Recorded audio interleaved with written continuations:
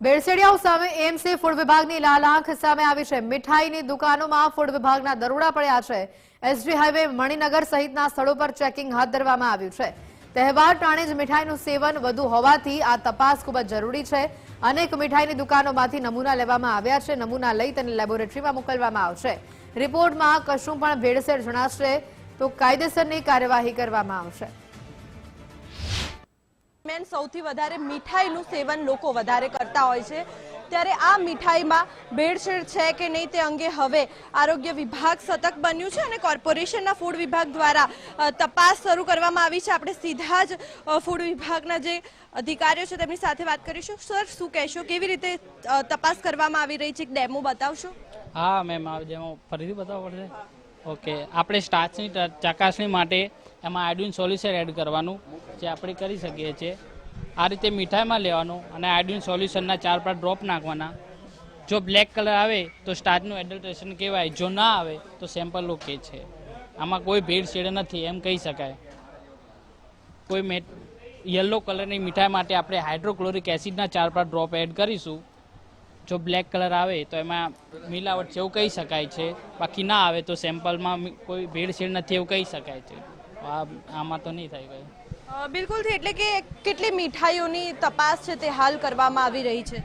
આપણે કોઈ માવાની મીઠાઈ હોય, બરફી છે, મલાઈ પેંડા છે, કોઈ બી પ્રકારના એમાં આપણે સ્ટાર્ચ કરી શકીએ। કોઈ ઓરેન્જ કલર અથવા યલો કલરની મીઠાઈ હોય એમાં ડાયનું એડ કરી આ કલર છે કે નહીં ચેક કરી શકીએ। બાકી વરખવાળી મીઠાઈમાં આટલી જેટલી મીઠાઈ એ ટાઈપમાં બધા થઈ શકે। બિલકુલ, એટલે કે આ રેપિડો કીટ છે અને રેપિડો કીટમાં કેટલી વસ્તુઓ લઈને કોર્પોરેશન વિભાગ હાલ આવ્યું છે તે જણાવી શકશો?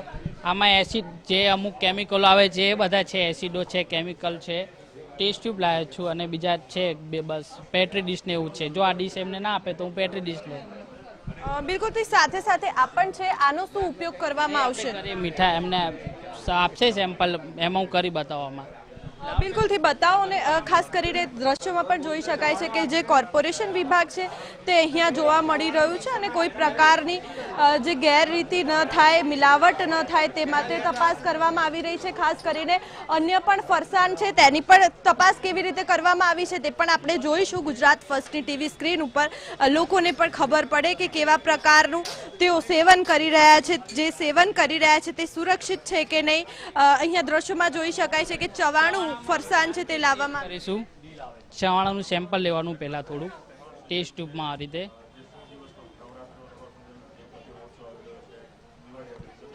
હવે એમાં આપણે એડ કરીશું સોલ્વન્ટ ઇથર નામનું કેમિકલ આવે છે, એ એડ કરીશું।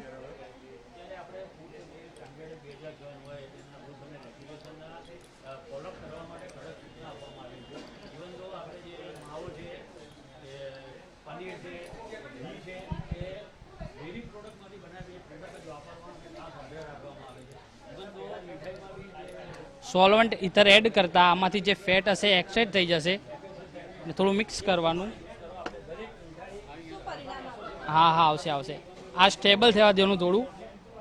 હવે જે સોલ્વન્ટમાં ફેટ એક્સટ્રેક્ટ થઈ ગયા એને બીજી ટેસ્ટ ટ્યુબમાં ડિકેન કરી લેવાની।